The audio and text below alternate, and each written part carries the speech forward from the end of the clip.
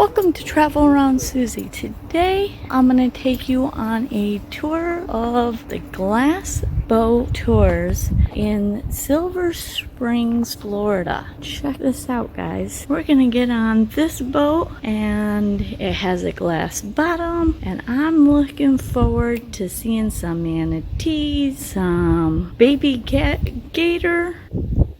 And in this state park, it's $2 to enter. And then if you're 55 and older, it is $12 or $13. I'll double check the price and I'll let you know. If you're 55 and older, they consider that senior. You get a discount. And also too, there's lots of walking paths.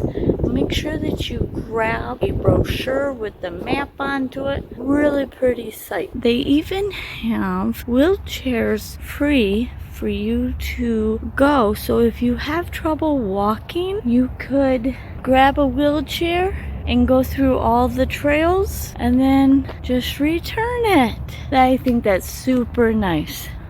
When they say glass bottom boats, they're talking about real glass. That's what you're looking through right there. That glass is about a ½ inch thick, and that's all it is. Isn't that beautiful? It really is. Do you know these boat tours began over 100 years ago back here? Way back in 1878. I was going to say 1978. That was wrong. 1878. A young man right here on the Silver River took a rowboat, put glass in the bottom, and started boat tours. And he charged 5 cents. Oh, yeah. So that designates Silver Springs as Florida's first and longest running tourist attraction. We're pretty proud of that. We're way ahead of you know who. I can't mention names, it's not allowed. You know who I mean already. Now I'm going to tell you about the water and the wildlife. These springs, folks, there's 30 some odd springs in here. We don't have time to see them all, and some of them are so small. But between all of them, they produce about 850 million gallons of water every single day. And that water travels over 500 miles. This is the Silver River. It will reach out and connect to the Ocklawaha River. Now that is a tongue twister. That Ocklawaha River will then run 100 miles, and it will connect up to the St. John's. And then the St. John's River will run 400 miles north. Actually, it runs north, all the way up to Jacksonville, and then the water will spill out into the Atlantic Ocean. That's quite a little journey. Now, you can see how clear this is. Well, that caught the attention of the filmmakers back in the day. They made over 100 movies and TV shows out here. Now, some of the stars that we had were people you'll recognize. We had Doris Day, James Dean, Jane Russell, Burt Reynolds, Jerry Lewis, Tom Cruise. How about this guy? How about Johnny Weissmuller from Tarzan? Oh, yeah. They made 6 Tarzan movies back here, guys. Now, I got your first trivia question.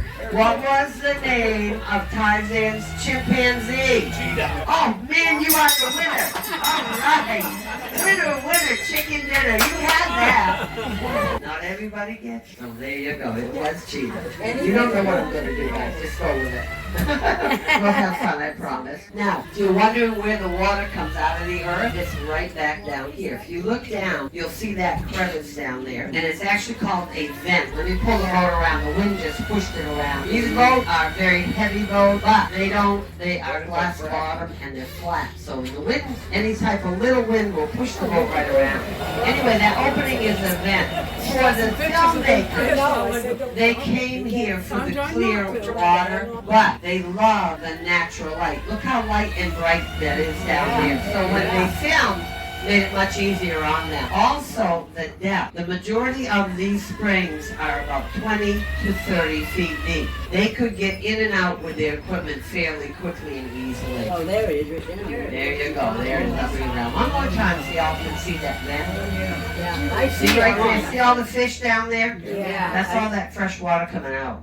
Way down here. And speaking of fish, we've got about 32 different kinds. We've got bass, we've got bluegill, goldfish, gar, mullet, catfish. We have 2 invasive fish. One is the Procostinus or algae eater. You put it in your fish tank. And then the other one are the big blue ones, and those are the blue rapia. And no, you can't fish here. Everybody, I know what's going through your mind. No. They're protected, everything is. Now, the next spring we're going to look at has to do with the movies. Anybody remember that old movie, The Creature from the Black Lagoon? Oh, yeah. Oh, yeah, look at him, yeah. Well, part of it was filmed right here, so they call this The Creature Spring. Now, a little backstory on it. Do you know that Creature, there were two different actors that played the Creature? One, his name was Ben Chapman, and he was the Creature when they were on dry land. But the man that played the Creature underwater, his name was Rico Browning, and he was a local man from this area. He was a stunt man. That's how he started out in movies, and a diver. He could hold his breath up to 4 minutes. And he said the challenge with this was, number one, this spring is about 28 feet deep, so they had to have a costume that could tolerate going that far down. Two, the Creature was a gill man. They couldn't give them little breathing tubes to get air while they were filming. They literally had to hold his breath when they filmed the scene. And the movie's still available. It's on YouTube, of course.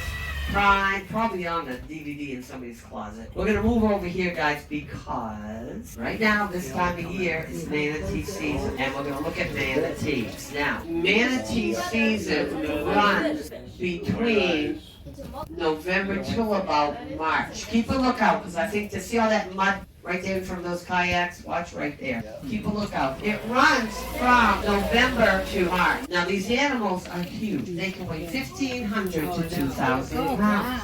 What they can't do is tolerate cold water. They can't. Just keep looking out front. I'm going to spin the boat around very carefully. You see how muddy it is? I can't even see if they're laying on the bottom, which is what they do quite frequently. So just kind of ease the boat around. Keep watching back in that little corner back there. Now, they might be taking a nap. They have been very active in here all day long. They do sleep. When they sleep, they take a breath of air and they sink to the bottom like a rock. And the thing is that they can hold their breath up to 15 to 20 minutes. And that's because their lungs take up about a third of all that. Wow. Yeah, all kinds of manatee facts for you. Keep watching, because there's more than just this group down in here. And like I said, I'm watching the back here.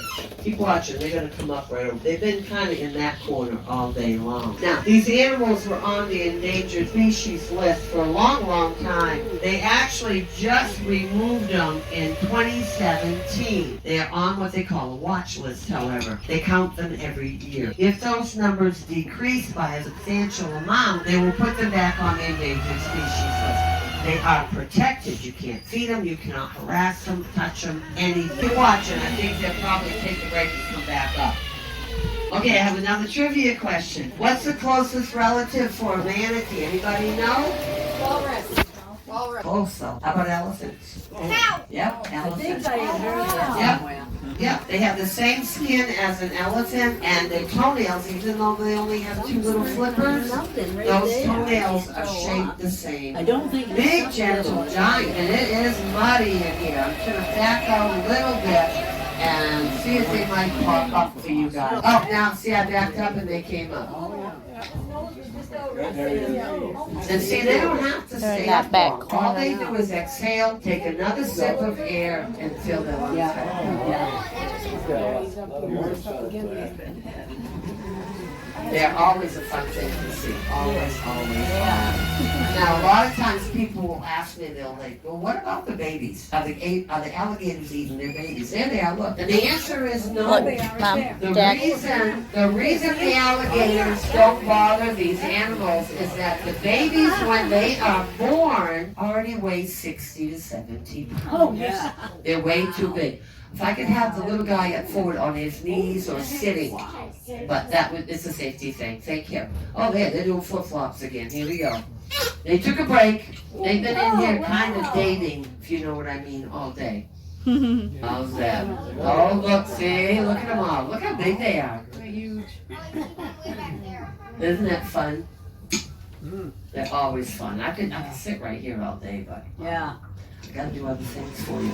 All right, we'll let them be. How's that? As long as you all got to see them. Oh, look at them. They're putting on the show now. Yeah.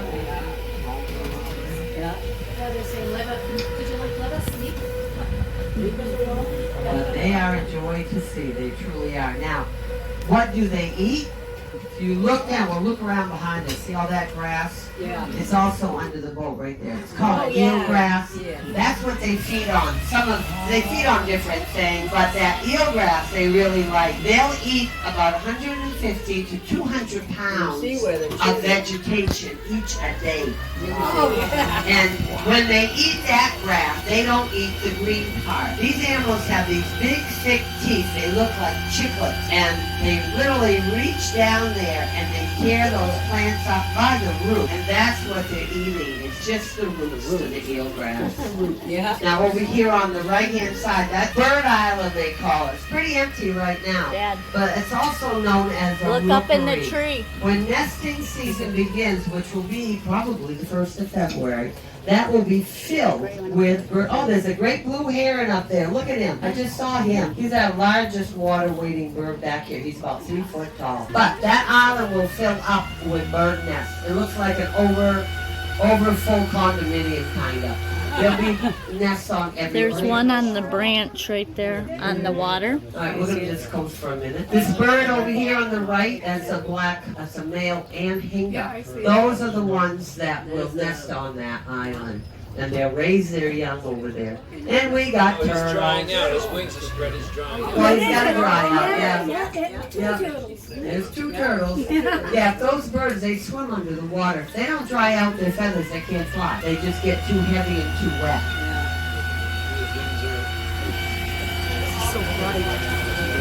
Coming right up, we're gonna come in this little corner. Now this is a little foggy in here. The manatees were in here earlier, snacking on the grass.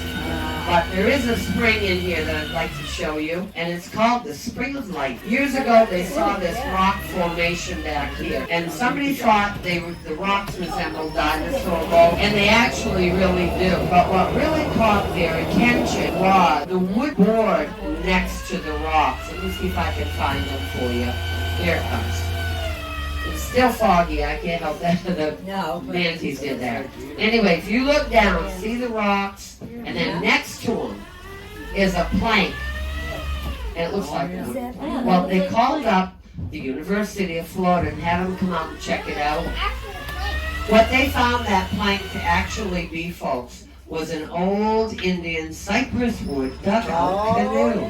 Now, cypress is called the eternal tree or the eternal wood. It's got a real hard wood. So they did some testing on it.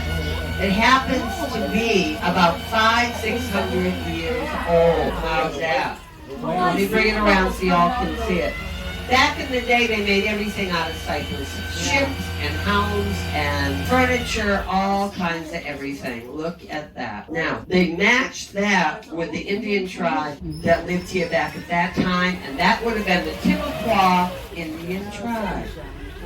So there, I think y'all can see it now. They originally said that was probably over 40 foot long. It has deteriorated, so now it's about 26 to about 28 feet long. So there you go. Wow. Are we going to see any manatees under? What was the question? Are we going to see any manatees under? Well, sometimes they slide under there, and that's okay if they do that, but it's not okay if they go under here. So, we'll see.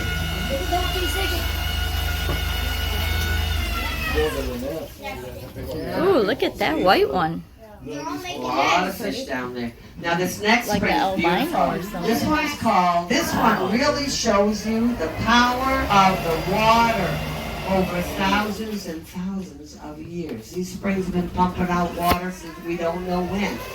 Well, if you look down there, it looks like somebody took a snow globe and shook it upside down. Well, folks, that's pieces of shell and limestone. At one time, Florida was part of the ocean. I believe it was after the Ice Age, the water receded and created the peninsula of Florida. So all those little pieces, they get pushed out over all these years. And what happens is they accumulate around the mouth and the opening of the spring. And how you get that beautiful blue color is essentially light. When light hits the water, refraction occurs, goes down through the water. That material is pure white, and it lights up kind of that pretty blue color. There you have it. That one is the blue grotto. Oh, wow. This is pretty. You see where it's all being blown.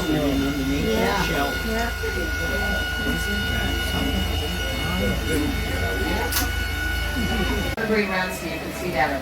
They grow about 12 inches every year. So a lot of times, if you look at the size of them, if they're about 3 foot long, you can estimate they're probably a 3-year-old alligator. And they'll have those yellow stripes around them when they're hatched, and they won't lose those stripes till they're about almost 5 years old. Those stripes camouflage them because they have when they are hatched, the big fish will eat them, birds will eat them, their relatives will eat them.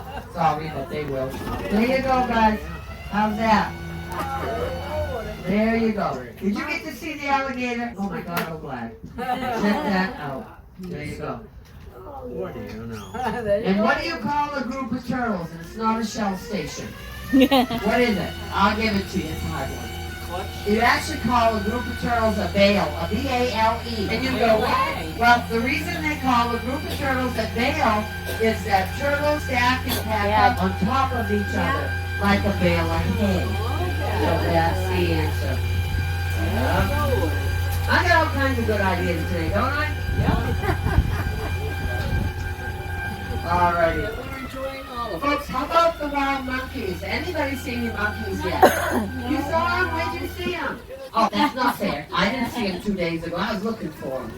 Darn. You told me that they were on this side of the river last week. You did, yeah. They walk back and forth. I'll tell you the rest of you guys. People think we got monkeys back here from Tarzan movie. That was a mullet that jumped.